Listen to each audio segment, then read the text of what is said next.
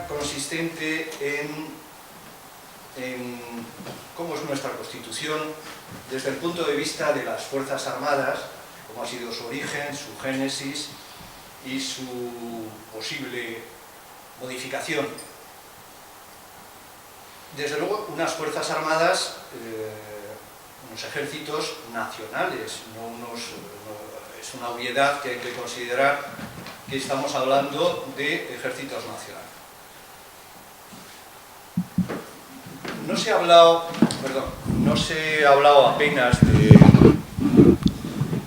de la Constitución en sí, de su origen. De forma rápida quiero decirles que tiene sus sombras. Es una Constitución propia de un sistema liberal. Es una Constitución que, por mucho que se haya dicho que es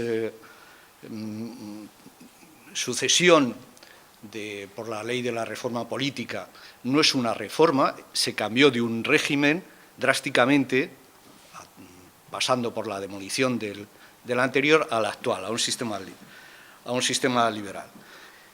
En este contexto también quiero decir que las sombras pueden ser, o debemos tenerlas presentes, aunque sean rápidas, que efectivamente no fueron cortes constituyentes, que el rey no lo sancionó, no la juró, son detalles de forma, pero están ahí, y que en cierta medida, en ese sentido, podría compararse a una carta otorgada, porque los críticos que dicen que las leyes fundamentales del sistema anterior eran no sé qué, bueno, sombras tienen todos. También voy a lo largo de la exposición, ver cómo se han hecho las cosas en realidad, porque una cosa es cómo se dice, o el texto, o la teoría, y otra cosa es la práctica. Empezando por la misión de las Fuerzas Armadas,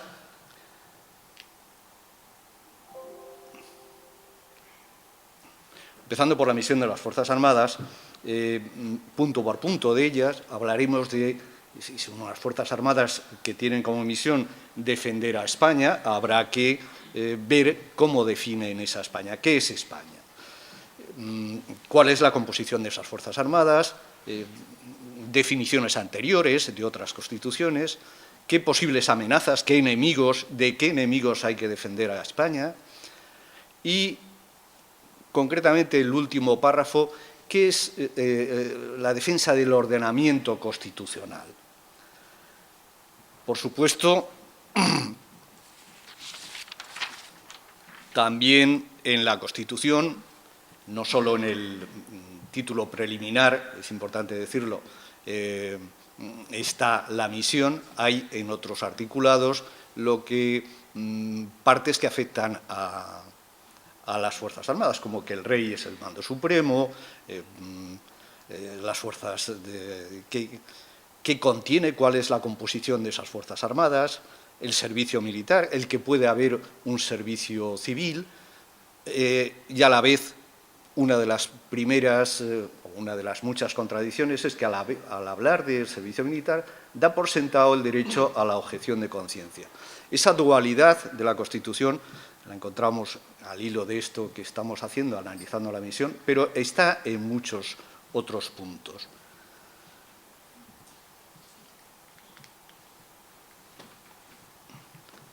¿Qué es España? ¿En qué consiste la integridad? Si no hemos dicho, si no define, si no está escrito, si determinado territorio forma parte de la unidad nacional, ¿cómo se sabe si se pierde o se gana? ¿Qué es la soberanía nacional? ¿Defenderla de quién? Porque, como dice nuestro presentador, nuestro patrocinador, La Cruz y la Espada, hay que defenderla supuestamente amenazas externas. Pero ¿y qué pasa si las amenazas son internas? Como es el caso, porque la propia Constitución, en otro artificio digno de tener en cuenta y llamativo, dice una cosa y la contraria.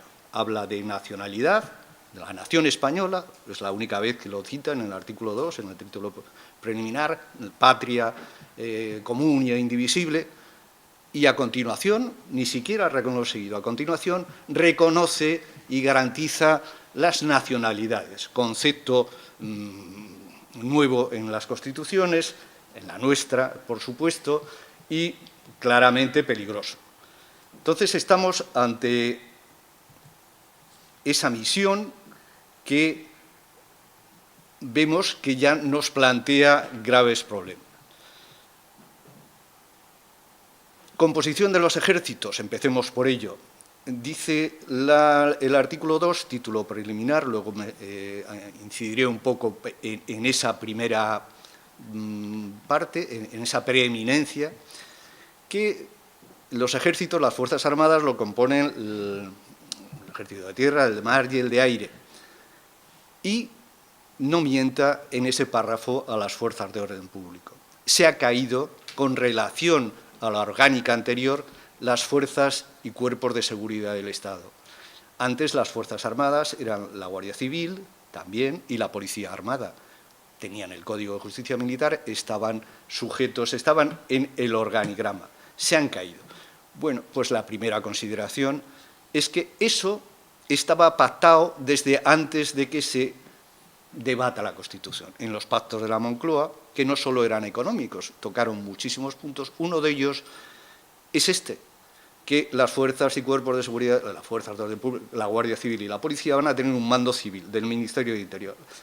Y entonces no amarran demasiado bien, pero ya dejan que la Guardia Civil sí dependerá militarmente, y así queda de momento. Ese punto da pie a que muchos, este punto histórico, esto que se había pactado antes de los debates parlamentarios, de las cámaras, de esas cortes constituyentes o no, venía impuesto por esos acuerdos que se publican en Diario Oficial, no son entelequias, no es cuestión de periodismo amarillo, existe. Da pie a que muchos, por ejemplo, les pongo esa frase, digan que es una Constitución que no es tanto la letra, sino los pactos que se habían hecho anteriormente. Avanzando en ello,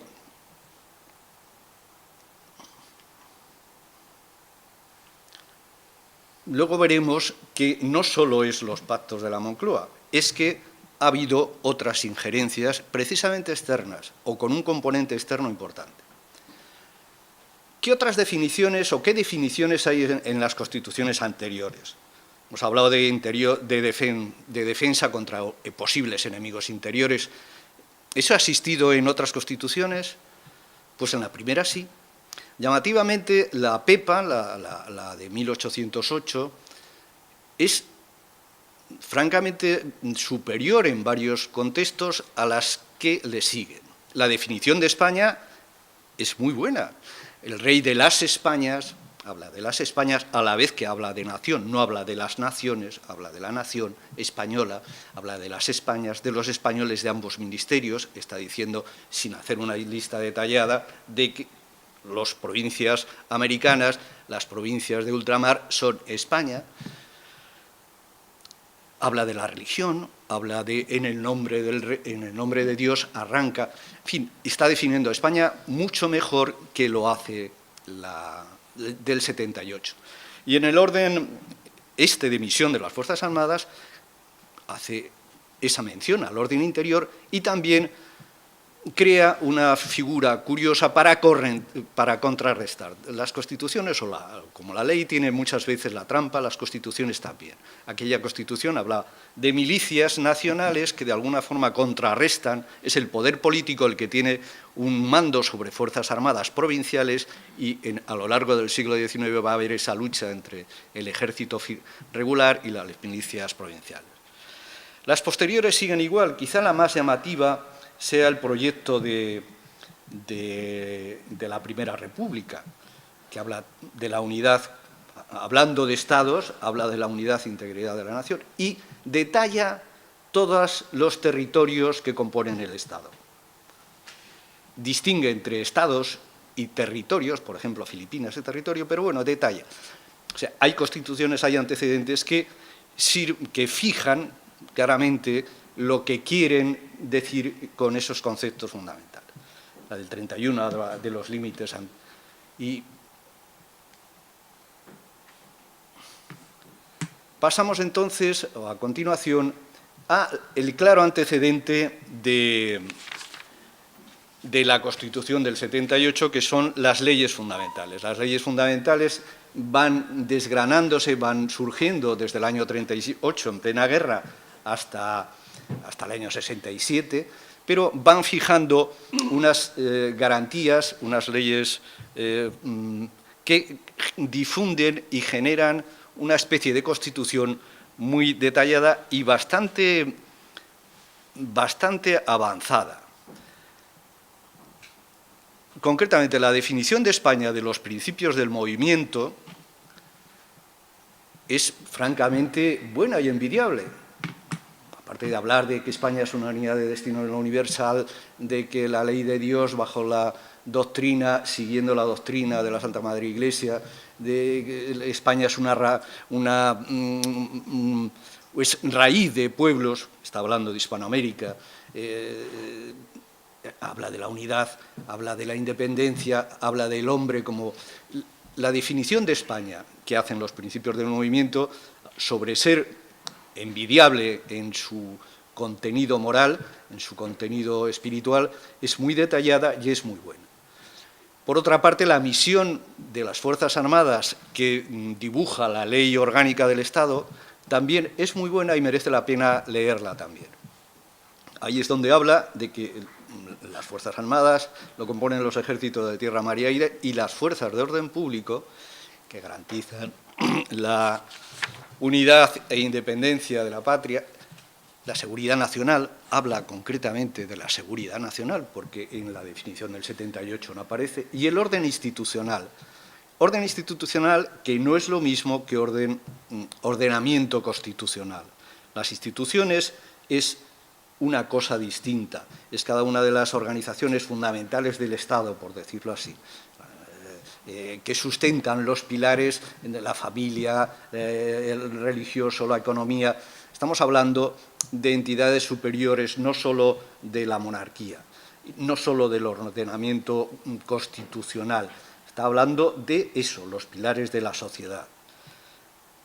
Esas leyes fundamentales, curiosamente, están en vigor cuando yo inicié la carrera militar y, curiosamente, no se estudiaban, desgraciadamente no se estudiaban, por supuesto no se juraban. Ahora, desde el año 99, se juran en el acto del jurado de bandera. A muchos funcionarios, para llegar a su puesto, le hacen jurar la Constitución. Entonces no se hacía. Posiblemente porque ya el régimen estaba bastante sujeto a demolición. Con relación a ese orden institucional,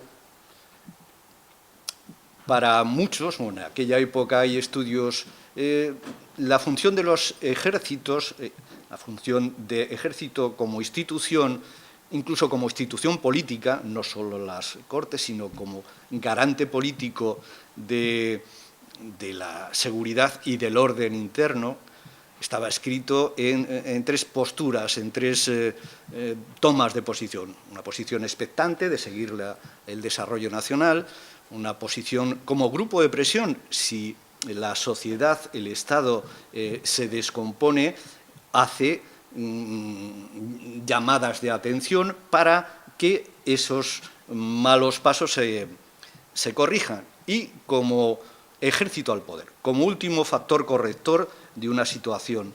Eso se contemplaba entonces y sigue siendo verdad, al menos empírica, en la mayoría de las naciones. Entonces, ese defender la unidad, la integridad y la independencia del orden institucional es lo que la Constitución de las leyes fundamentales tenían en cuenta. En cuanto a amenazas, ¿amenazas de quién? Desde luego las amenazas externas son carísimos, es la historia. Por hacer un resumen, y citando a Fernando Olivier, un diplomático, no solo las guerras, no solo nuestra decadencia empieza con los secesionismos interiores, porque no solo es que el agresor te invada y te quite una parte de tu territorio, es que Muchas veces la agresión no es así, pero no es así desde hace mucho tiempo, desde la independencia de Portugal o desde el intento de independencia de Cataluña. No ha sido así en Hispanoamérica ni en Filipinas, dice Fernando Olivier, por citar. Inglaterra, en 11 guerras, durante 3 siglos, no consiguió derribar el Imperio Español. Pero en 17 años, después de la Guerra de la Independencia, aquello se cayó. Lo consiguió, dice el diplomático, por la diplomacia. No es así, por la diplomacia y por la agresión indirecta, por la masonería, por sociedades secretas, por ayudas físicas.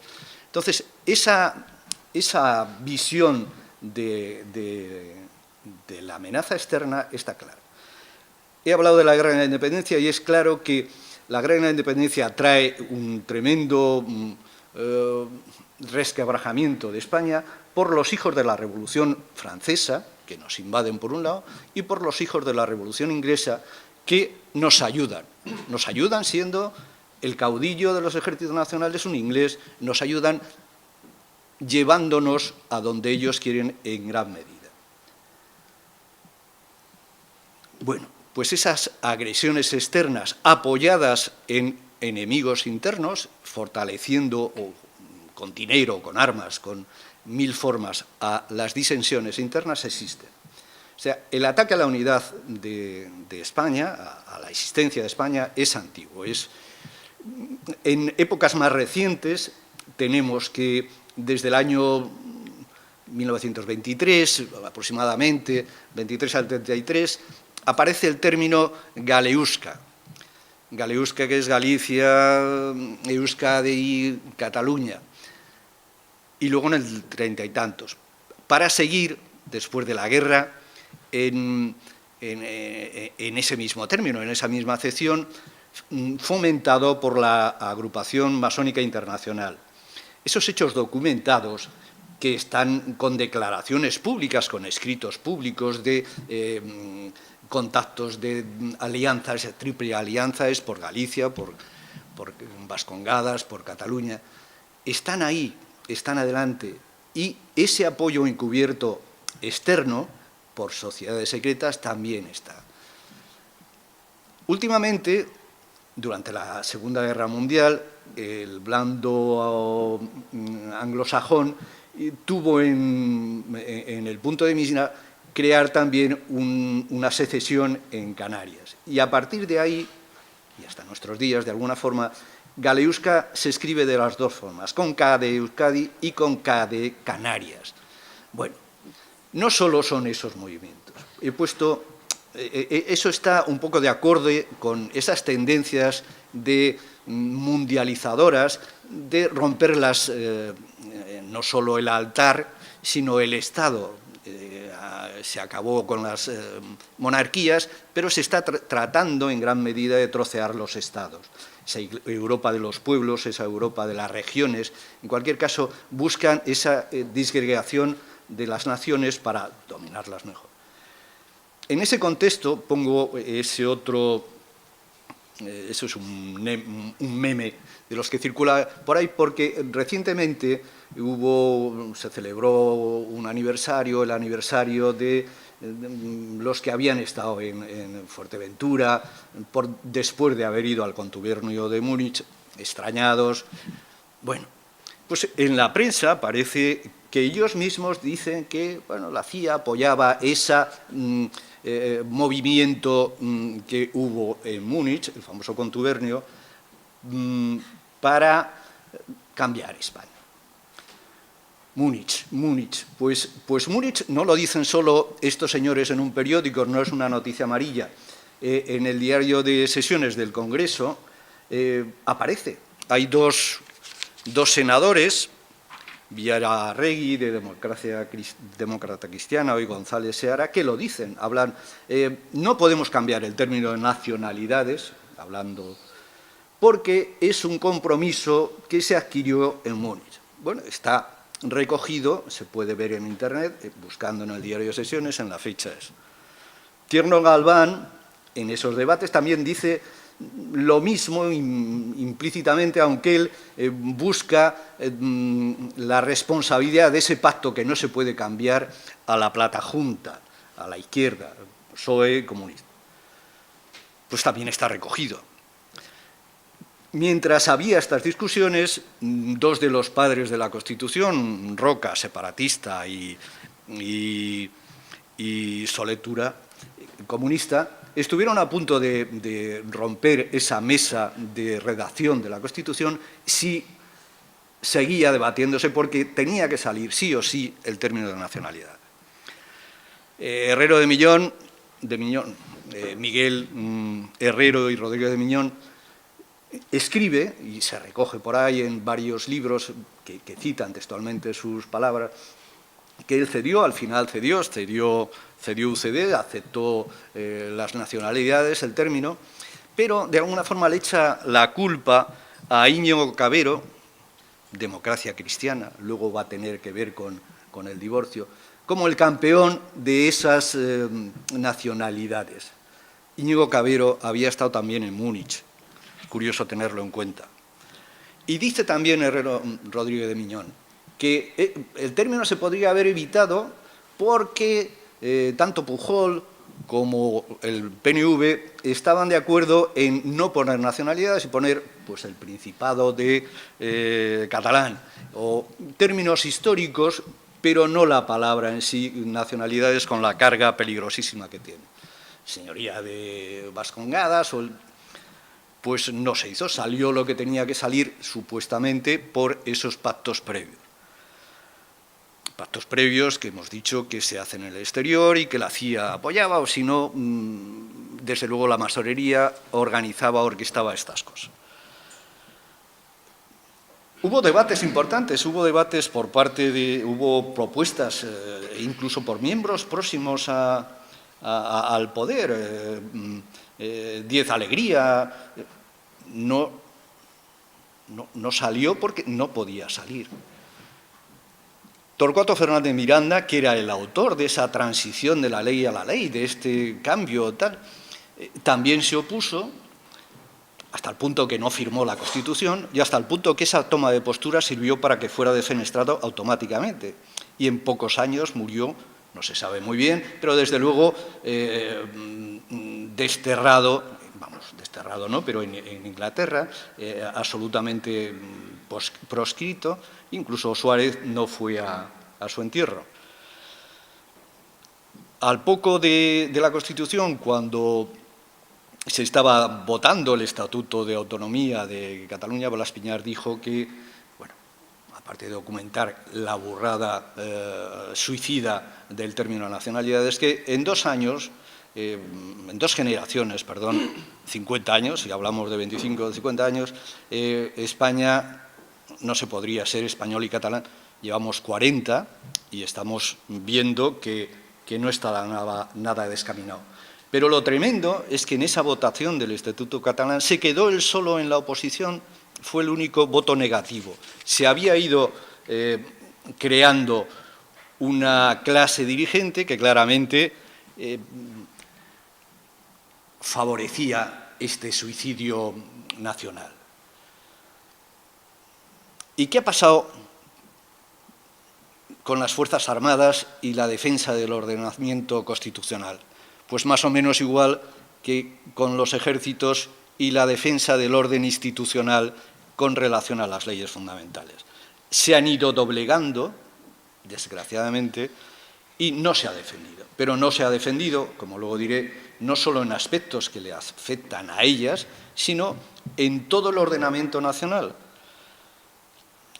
La Constitución solo se ha modificado 2 veces precisamente por presiones externas, por atender a las peticiones de Maastricht, a las imposiciones de Maastricht, a la Unión Europea, y por la estabilidad parlamentaria, lo mismo, imposiciones externas. Pero sin modificarse se ha ido sorteando, se ha ido eludiendo, se ha ido quebrantando en 1000 cosas. El Poder Judicial, hemos dicho, sabemos que está boicoteado al nombrar a sus miembros el Congreso y el Senado, los políticos. El derecho a la vida, que reconoce la Constitución, entre otros muchos derechos, pues está burlado, está con el aborto. Pero no solo con el aborto, con la pena de muerte. La pena de muerte, que era para los casos, las leyes militares en tiempo de guerra, se ha quitado sin quitarlo de la Constitución. Entre que se escribe de aquellas maneras y entre que el político, cuando quiere, no se pliega a lo escrito, así estamos. Pero pasa con la libertad de expresión, que ahora puede ser, y sobre todo mañana puede ser delito, cualquiera de las cosas que piensen, en la igualdad entre hombres y mujeres, en la igualdad entre ciudadanos, en que haya autonomías de primera y de segunda, en que se dé la nacionalidad a extranjeros, bien sean judíos porque son sefarditas o bien sean brigadistas internacionales, pero no los miembros de la Legión Cóndor, se ha ido cercenando, se ha ido cambiando. Es en gran medida un queso de Gruyère donde por los agujeros que tenía o por los que le han hecho se ha ido vaciando. También se ha cedido gravemente soberanía a Bruselas, como hemos dicho, en esas cuestiones de la deuda, pero toneladas de soberanía, como recogen alguna frase, hemos ido cediendo nuestra normativa a esa externa y a la OTAN. El artículo, la misión de las Fuerzas Armadas tendría que haberse modificado en el sentido que es defender la soberanía nacional y atender a los compromisos internacionales, porque es que el Tratado de Washington, la OTAN, nos impone ir al exterior, a luchas, a guerras, y digo guerras y me da pie a pasar a lo siguiente. Guerras, aunque no se firmen, pero son guerras. Más que hablar de Yugoslavia, de Afganistán, se ha cambiado, y ya me meto en los temas nacionales, se ha cambiado, el rey ya no es el jefe de las Fuerzas Armadas. En la práctica ya no lo es, tampoco hemos defendido eso. Se ha cambiado la orgánica, ahora hay una unidad militar de emergencias que no está en la Constitución, es como un ejército aparte, hay unos cuerpos comunes que no están en la Constitución y hemos perdido en el tema de la OTAN y en Bruselas la defensa de la soberanía nacional, la defensa de Ceuta, de Melilla, ni en el Tratado de Lisboa, ni en la Constitución Europea, ni en el Tratado de Washington, la OTAN, está incluido Ceuta, Melilla. Estamos haciendo aguas por todos los sitios. Lo digo como institución, esa defensa constitucional del ordenamiento constitucional, que como he dicho antes y repito, a partir del año 99 se jura ya, cuando se jura bandera, cuando se juran muchos cargos, se jura la defensa de la Constitución, cosa que antes no se hacía, esa imposición no se hacía. Propuestas. Paso a las... Habría que defender una enmienda a la mayor.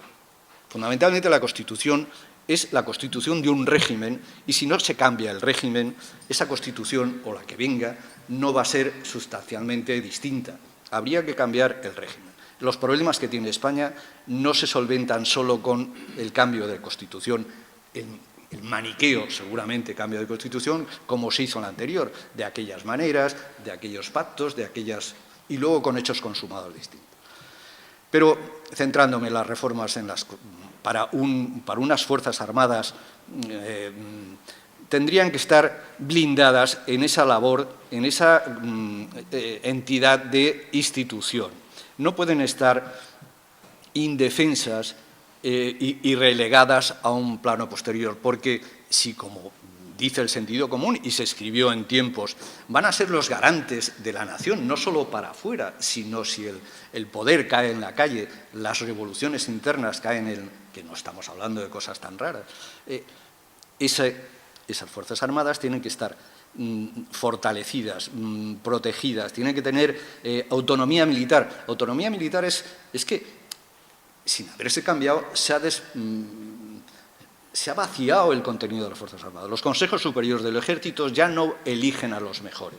Proponen, pero el ministro elige a quien sea. Con lo cual, la institución no elige a los mejores. Los médicos de esa sociedad médica no son los mejores, son los que mejor caen. Contrasentido estamos. La jurisdicción militar, cuando en tiempo de guerra, en zona de combate, tiene que tener, pues no existe, prácticamente ha desaparecido. Estamos, pues, en la Policía Militar, la Guardia Civil prácticamente ya se ha pasado toda, salvo en régimen disciplinario, a la parte civil. La protección civil ya no es defensa pasiva, el Estado no tiene ese medio organizado jerárquicamente. Cuando hay una nevada no sé qué, no va a protección civil, tiene que ir la UME, pero esa protección civil no es de defensa. Estamos, pues, habría que hacer una ley de movilización nacional porque es de las leyes que nos ha tocado, es decir, se ha dejado pudrir. Padre, queridos oyentes, con esto les dejo porque se nos acaba el tiempo, pero creo que hemos dado una visión general de lo que puede ser la visión de la misión de las Fuerzas Armadas y la evolución de nuestra Constitución al hilo de esas Fuerzas Armadas.